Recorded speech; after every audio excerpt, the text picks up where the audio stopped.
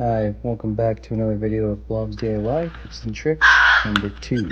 Today's tip will go over how to read a measuring tape, hopefully without anyone crying or getting frustrated.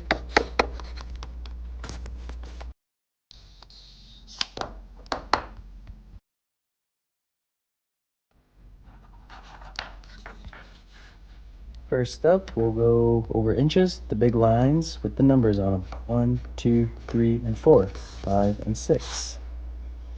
And these are the inches, easy. And in between those are the half inches. In between each measurement, you get half. Next up, we'll discuss quarter inches.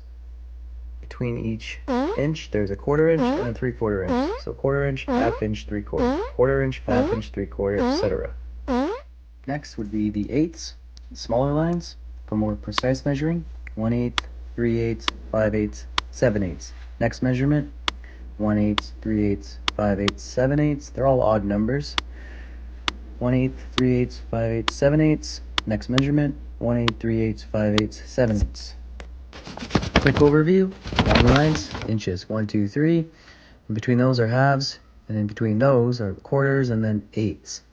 So 16ths are the tiny little lines that you see, and there's 15 of them. So they're all odd numbers from 1/16, 3/16, 5/16, 7/16, 9/16, 11/16, 13/16, and 15/16.